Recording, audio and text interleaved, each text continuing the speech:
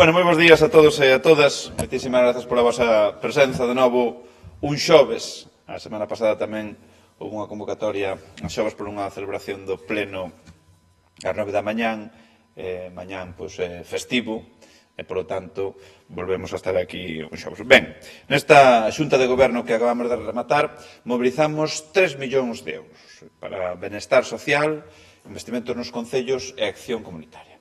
O detalle, 220.000 euros para o programa de termalismo máis benestar, 470.000 euros para que entidades sen ánimo de lucro realicen actuacións no ámbito social, máis de 700.000 para o convenio entre o Concello de Pontevedra e a Diputación para a reforma da Rúa 12 de novembro e 1,6 millóns de euros para o Plan Provincia Comunitaria 2024. E fora do orde do día, pois vou aproveitar para darvos a coñecer as entidades gañadoras dos primeiros premios Boas Prácticas en Igualdade da Diputación de Pontevedra. Un recoñecemento pioneiro que reforza o noso compromiso desta casa coa igualdade entre homes e mulleres. E comezamos, e facémolo falando de benestar social, porque hoxe aprobamos un total de 700.000 euros para o programa Máis Benestar e para que entidades sen ánimos de lucro poidan realizar actuacións no ámbito social. O detalle, por unha banda, aprobamos a lista de persoas admitidas no programa Máis Benestar, un programa ao que destinamos máis de 220.000 euros e do que se van a beneficiar preto de 2.200 persoas da provincia para disfrutar de estancias en balnearios, talasos ou spas da provincia. E sobre esta iniciativa, quero destacar que estas preto de 2.200 persoas, maiores de 55 anos, veñen de 60 concellos da provincia, é dicir, case da totalidade do territorio.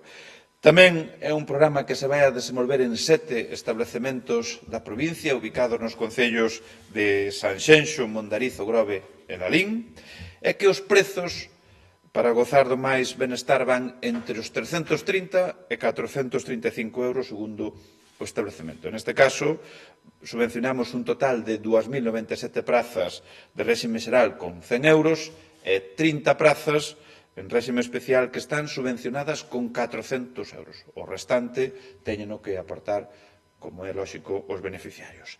E isto no que respecta ao máis benestar, no mesmo día no que vamos a presentar en Sanxenxo o programa Lencer en Familia, un programa novidoso da Diputación. Nunca antes se puxo en marcha un programa destas características e que vai a financiar case 3.000 prazas de estancias termais na provincia para familias con menores a cargo.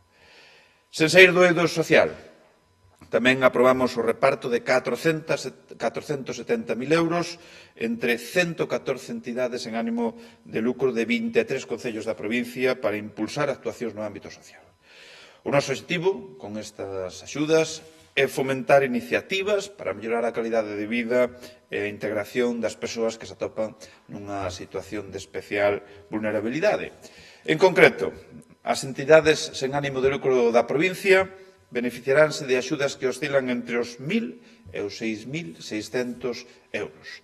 E con estes recursos podrán financiar proxectos de envellecemento activo, de asesoramento, de información sobre diferentes enfermidades, de apoio a persoas en risco de exclusión social e familias ou, entre outros, de atención a persoas con discapacidade.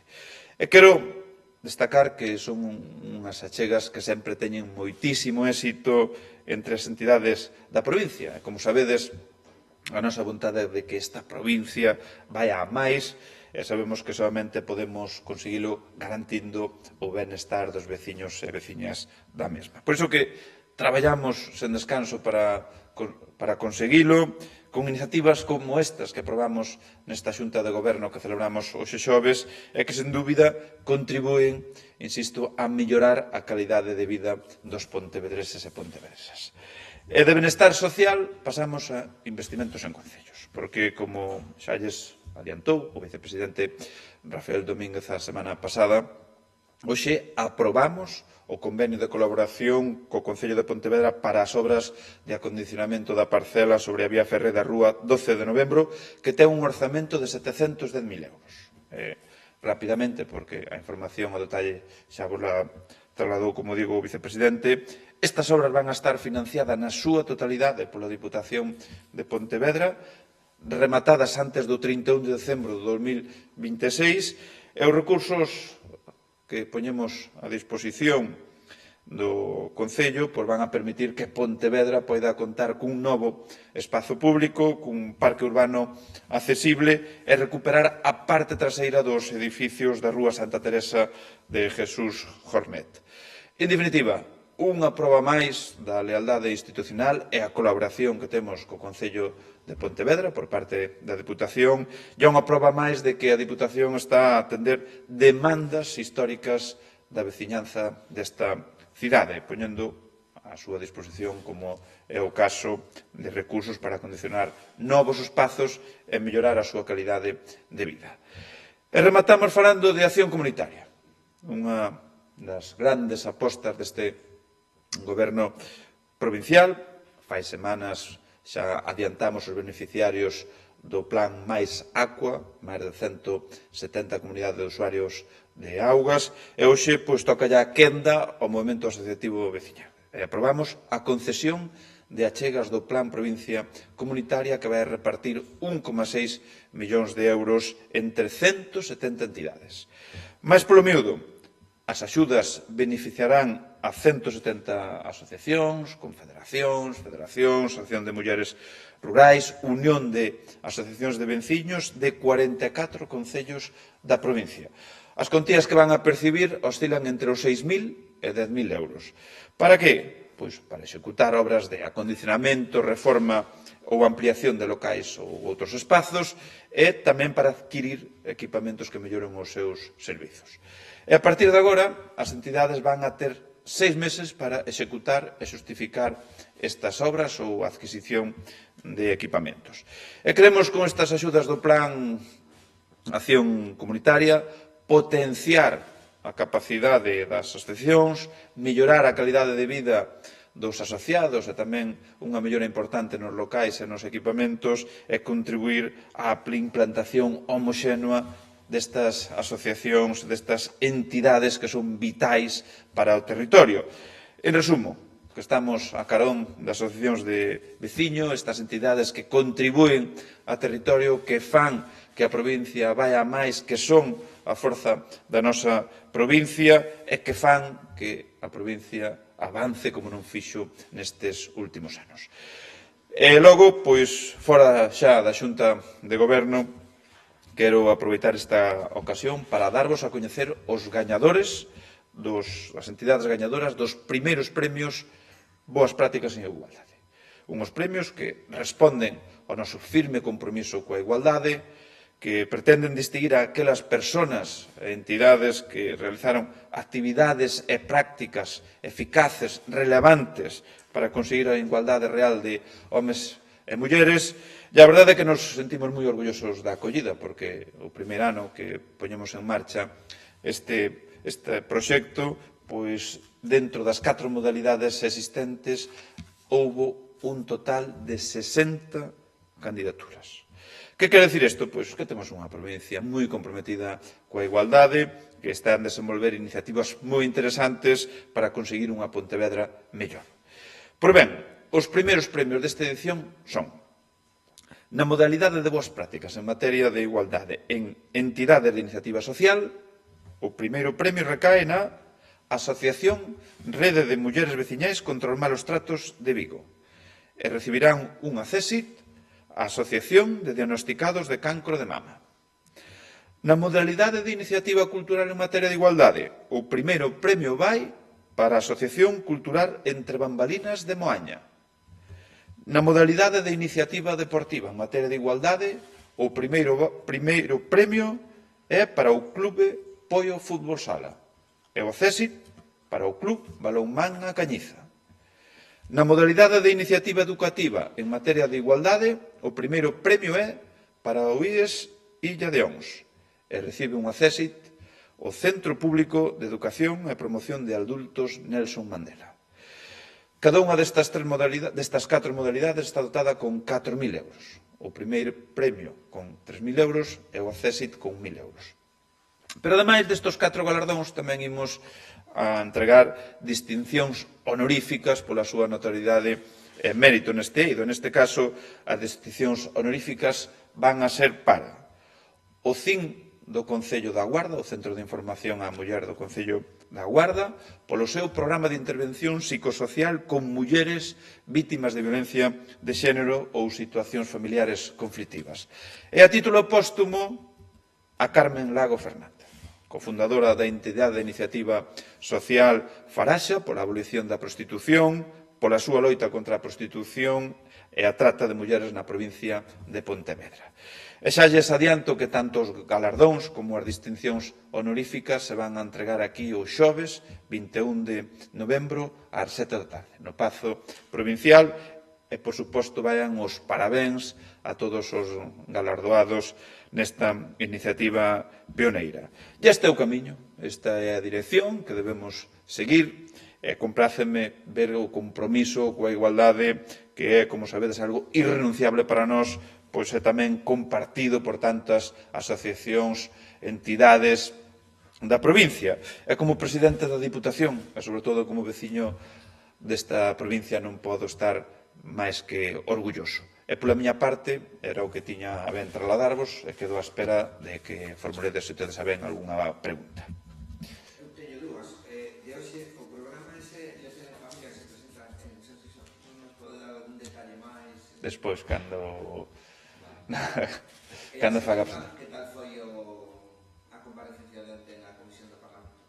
Ben, pois sabedes que a Diputación de Pontevedra se caracterizaba porque non rendía contas no Parlamento. Durante os 7 anos de goberno bipartito non tuvo a ben dar conta nos orzamentos no Parlamento, donde ali tamén se reciben aportacións, considero que por parte dos grupos poden ser interesantes, e logo a obrigatoriedade da comparecencia e tamén no que atinxe a oportunidade de que por parte de todos os grupos poidan facer críticas, algo moi saudable. Eu, pola miña parte, no momento no que se fixo a presentación dos orzamentos aos medios de comunicación, previamente xa houbera un encontro con todos os alcaldes onde avanzamos os investimentos municipalistas de 91,2 millóns de euros. Onte convocamos a Comisión de Contas, que se celebrará o martes, para logo celebrar o pleno o próximo venres, e aí, en sede da Cámara, do Parlamento, trasladamos cales son as liñas estratégicas deste orzamento 2025, os orzamentos 2025, donde, por excelencia, os recursos que se destinan aos municipios é unha das bandeiras. Estamos a falar de 71 millóns de euros, logo o impulso que lle seguimos a dar ao deporte, á cultura, á acción comunitaria, e outras moitas áreas. Por lo tanto, eu xa digo, non me queda máis que salientar que a Diputación de Pontevedra de novo volve a rendir contas ao Parlamento de Galicia. Escoiteixe nunha das súas intervencións volver a queixarse polo tema de que faltaba licencia no tema da rehabilitación de Santa Clara. Creín entender, non? E agora como fala de que hai boa relación de lealdade institucional co Concello de Pontevedra, precisamente polo proxecto da Rúa 12 de Novembro, non sei. Ben, unha comparecencia na Cámara, onde quen comparece ten un turno de palabra, e logo o resto de grupos, onde estaba Democracia Orense, populares, socialistas e nacionalistas. A intervención dos nacionalistas enténdese que cando tes unha intervención ou unha réplica dese calado, debes consultar, falar con todos os alcaldes e alcaldesas nacionalistas da provincia. Ontes, o que vimos que só falaran co do Concello de Pontevedra, e a intervención dos nacionalistas foi moi ceñida ao que se refire ao Concello de Pontevedra. E un dos temas foi Santa Clara, porque ora lles molesta ou intuyo que lles molesta que sexa o Partido Popular quen pilote, un proxecto importante para a cidade de Pontevedra, tamén para toda a provincia. E, bueno, nunha mención que fixo ao tema de autorizacións, de faltas de documentacións, e me facía unhas preguntas, pois eu tamén formuleille unha pregunta en vista a cara ao que pode ser o futuro, porque nós queremos comenzar canto antes as obras e queremos, lóxicamente, que se lle dé prioridade no que é a concesión de licencias, que non se enrede con nada. Lle formulei a pregunta de se iba a haber algún retraso na concesión das licencias, nada máis. Pero non lle consta que...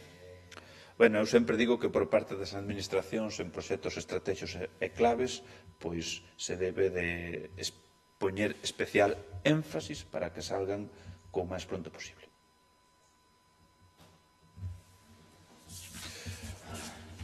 Moi ben, moitas grazas.